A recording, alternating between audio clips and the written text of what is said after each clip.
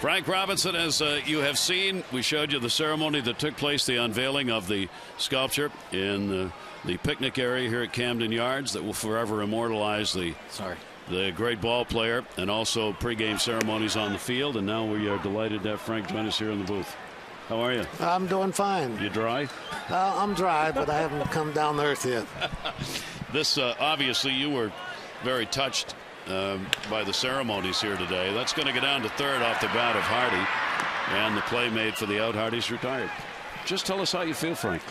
I feel great. I don't really, it hasn't soaked in yet. It really hasn't. But I've enjoyed this. The statue was outstanding. What a great job that the sculptor did on it. He even made me look good. But it's tremendous, and it's a tremendous thing that the Oriole organization, Peter Angelos, decided to do.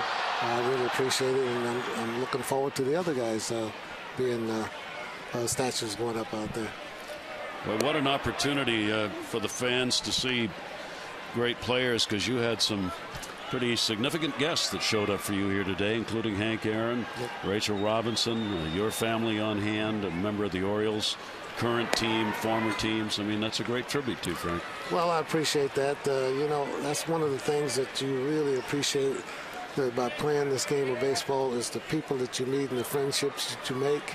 And I think that proved something today with the guys that did come out to pat me on the back or whatever, or congratulate me. That is the sculpture, which was unveiled today. And as we told you last night, Frank had decided he didn't want to see it. He'd seen the mock-up of it, but until today, he had not seen the finished product. What'd you think? I think it was outstanding. It went beyond what I thought it would be, because I've seen other statues, and a lot of them don't look too hot. But I'll tell you what, that's outstanding. I just can't say enough about it. And it was great. I couldn't imagine it would have come out that way. Yeah, that was really nice. I love the way you talk about the Baltimore community and how the teams back then were just family. And every player I talked to, Boog Powell, Jim Palmer, just that unity with everybody, the city and the team combined, was so special. Do you think that they can ever get that feeling back here again? Oh, absolutely. All you have to do is win. Yeah, I hear you. I hear you. And get involved with the community too. You know, You don't have to live here, say, but you can get involved with the community during the baseball season. Go out once in a while into the community, shake hands with people, just let them see you, and they will respond to you. These people, this is a great baseball city. This is great fans here, and they're just waiting to have a chance to cheer and a chance to come back here to the ballpark. That's the truth, Frank. That's going to be fouled back. We just put up your numbers of the Triple Crown season, something that seems almost untouchable. Do you think somebody else will win the Triple Crown? Do you see anybody around who can do that? Well, I don't. You know, Albert Pujols could do it, and I know he's having an off year right now, but he could do it because he can put up the batting average, home runs, and RBIs. But you have to be lucky. You have to get a few breaks, because you are competing in three offensive categories against every offensive player in the game. I mean, in the league. So you have to get a break. I got a break to where Tony Oliva had an off year average-wise, because he usually led the league in hitting in those days, 2 years before. But he had an off year, so I was able to beat him out in that department. In the other department, I had a good year. I have a question for you. You hit that legendary home run out of Memorial Stadium, and they put a flag up there. Do you think you could hit one out of Camden Yards? Oh, absolutely. I know it, too. Yes. Absolutely. No doubt about it. Yeah. All I have to do is miss the stands out there in left field, and you could clear it out there. Center field, really? Yes. I could go that way, but I couldn't go to the warehouse. You couldn't go to the warehouse the other way? No, you'd have to clear the warehouse for it to go completely out of the ballpark. I could. I got fortunate enough just to cut the corner of the bleachers in Old Memorial Stadium, and it went out of the ballpark because the bleachers it wasn't very deep. So I was happy, but it didn't miss the corner of the stands by very much.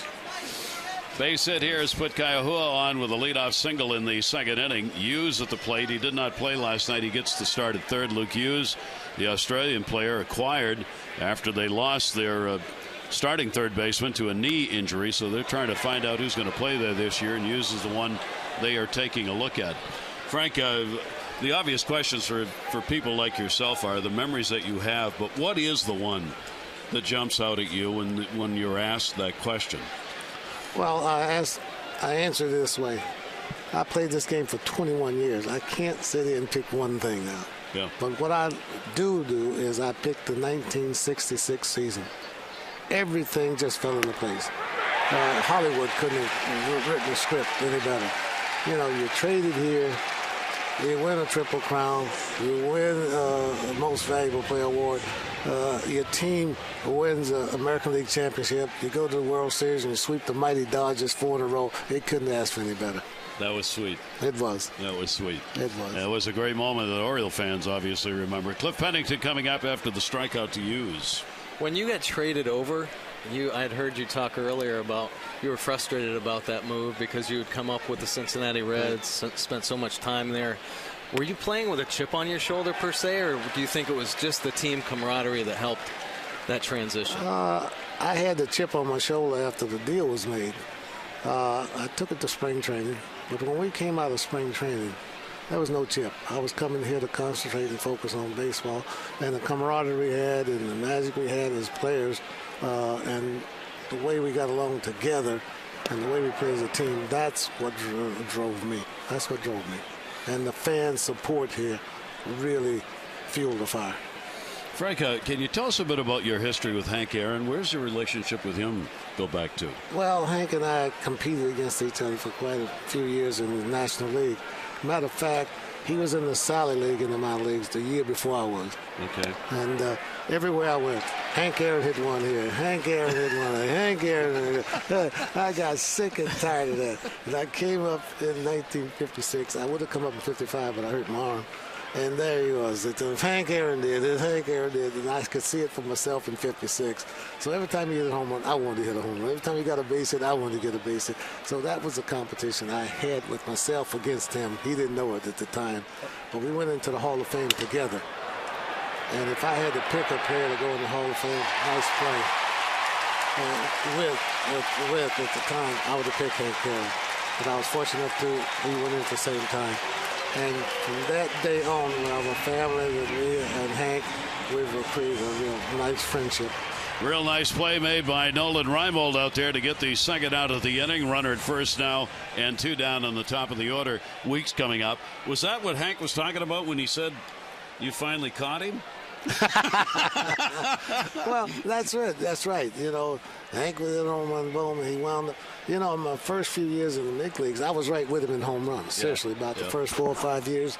And I said, I can get this guy. But this guy hit home runs when he was 40 years old. That you didn't think about hitting when he was 20. Yeah. You know, and that's what he was talking about. Yeah. And matter of fact, my speech was first. Yeah.